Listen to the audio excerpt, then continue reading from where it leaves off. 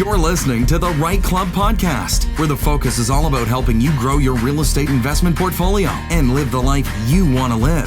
Come grow with us and join our community at thereiteclub.com. And now your hosts, Sarah Larby and Alfonso Salemi. All right. So you said, about 4 years ago, you got really kind of obsessed, got into real estate. You got your license. How has that helped? Because that's sometimes a question that we always get from listeners and from the REITE Club community. I know I've started investing. Should I become a realtor? Should I become a mortgage broker? Should I dive right in and join the industry? So what are the pros and cons of you getting your license and being in the real estate investing world? Yeah, it's a really good question. So when I got started, I'm like, okay, like this is really going to help me like get deals, all of that. And as I talked earlier, it was like a roadblock in getting with my like lender banks for getting funding and all of that. But I mean, there's always ways around that. I think it is a blessing and a curse all at the same time. Like I want to find the best deals for my clients, and I seem to push them to do it. So the secondary suite conversion that I'm doing right now, the duplex conversion, it was actually my client's property that I bought. So what had happened is my friends, they had bought a house out in the country, and then they had wanted to sell their house after. So which the market made sense for that. The opposite way, it just didn't make sense. So we got their house all prepped for listing. And then the market dipped for the first time during COVID. And we're all like, oh my goodness. Like we had like 8 showings total. We were priced aggressively, and I had to prep them for the chance that we weren't going to get offers on offer date. And that's kind of where we had priced it. So I said, maybe talk to your bank, see if you can hold it as a rental property. Like, I don't want you to be forced to sell just because the market has dipped. I don't know where the market's going, but if you hold it as a rental property, then you can do the same thing. Like you could do a duplex conversion, you could just rent it out single family. And they basically said, yeah, no, we don't want to be a landlord. And I'm like, yeah, not for everyone. So I gave them some other suggestions. And then at the end I was like, hey, like we've got a secondary entrance, we've got an unfinished basement, it's a corner lot, so that it's easy to add parking in the backyard. Why am I not buying this? And I was like, okay. And I had already sent it to some other investors. They're like, oh no, we think it's overpriced. I'm like, okay. I'm like, I'll buy it. So then I ended up, actually, I didn't think that I could get funding. So I was going to joint venture on it with a friend, and she had said, hey, talk to my mortgage broker at Libro. I think that you'll be able to do this. Like, just talk to her. And I'm like, okay. And then she's like, yep, no, well, we can fund that. And I'm like, awesome. So then so I guess a blessing and a curse, like it's kind of like insider trading at the same time, because I knew that was a good deal. I knew I was buying for 500, putting 125 into it.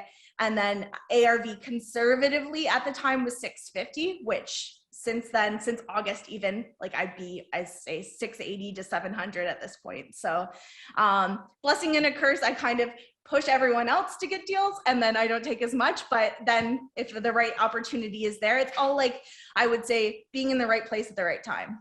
Yeah, absolutely. I mean, it's that balancing act, right? You got to do what's right for your clients first, because you're a realtor. But if nobody wants it and you've shown it to all of your clients that are currently looking, I mean, you might as well take it, other than just letting somebody else that you don't even know grab it. And so that's a great opportunity. So exactly. I'm just curious though, do your clients come back and say, oh, maybe we should have done that, or we'd like to get into real estate investing, as they're like seeing you go through this process? Or are they still not wanting to be landlords regardless? Yeah, some people are. These clients, I think that they're good with where they're at, and maybe eventually they'll do a rental property once I kind of, that's what I try and show on my social media too, is that it's not as hard as people make it out to be. Like, people are so afraid of tenants, all of that. There's people that you can hire in the instance where you think it is a concern.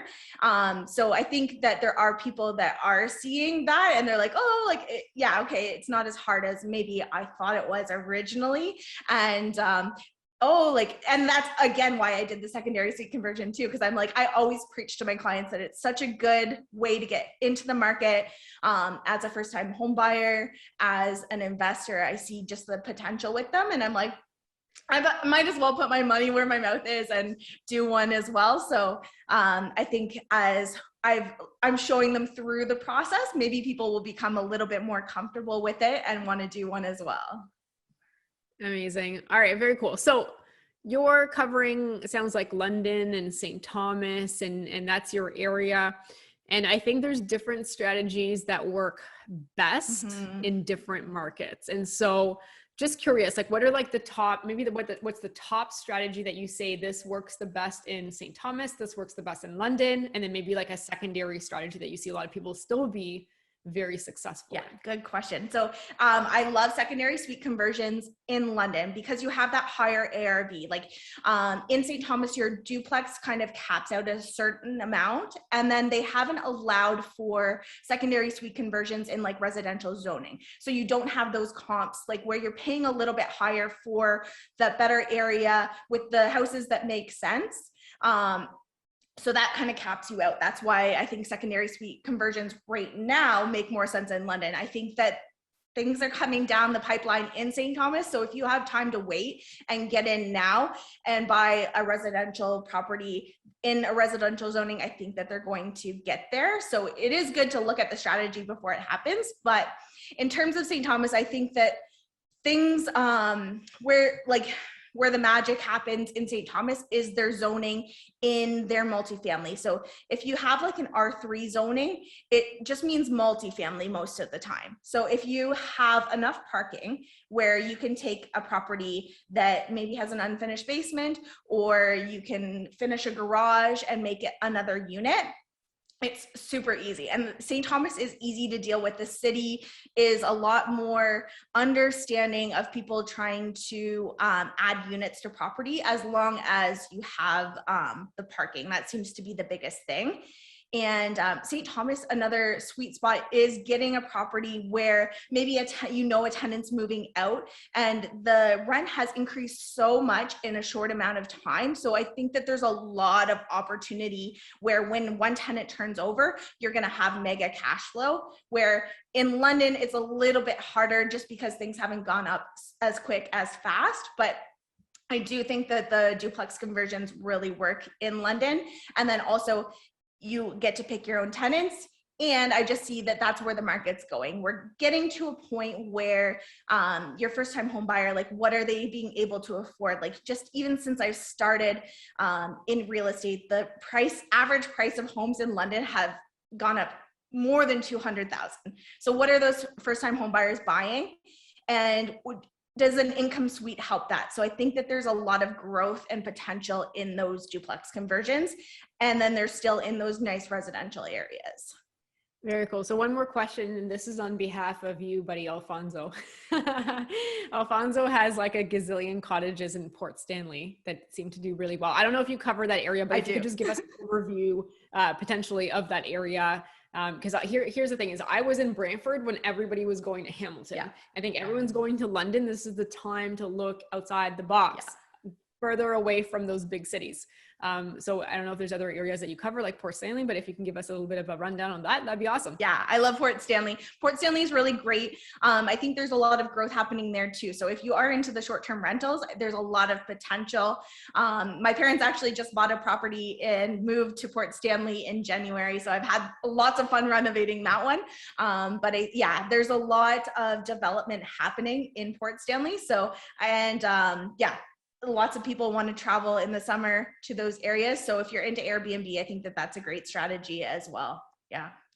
It's a blue flag beach and they got the little beach for the kids, right? So it's an awesome little tour destination within, a few hours of the GTA. So it's great. So I wanted to get back to, you're finding these deals, London, St. Thomas, I'm a Hamilton guy, but I'm out there quite a bit. That's where Jag is based out of. But, off market, on market, how are you finding these deals? What do you suggest? You work with investors, you're a realtor, what's your best advice? How do you find it? Because I'm sure, everybody reads that book or they go to a course and it's like, they're calling you and saying, hey, when you get a good deal, call me. Well, that's not necessarily how it works, right? You have to go out and find those. What do you suggest? How are you finding it? Obviously, you're a realtor, you're in the market, you're working with investors. What strategies have worked or do you recommend? I think both on and off market, there's deals to be found. Looking at on market, you're looking at things that are sitting on the market a little bit longer. You're looking at things that people don't want to, like the average everyday person just doesn't want to deal with. So if you see knob and tube on a property, that scares a lot of people off. But if you actually understand what that means, asbestos, like people run, like if you're just getting into this, and if you can kind of break it down for people on what that actually means, and that it's not actually as big of a red flag as everyone thinks it is, then that's where some opportunity lies. Thanks for listening to the REITE Club podcast and joining our community of real estate investors online at thereiteclub.com, where the focus is about helping you grow. We look forward to seeing you again next week. Thanks from your hosts, Sarah Larby and Alfonso Salemi.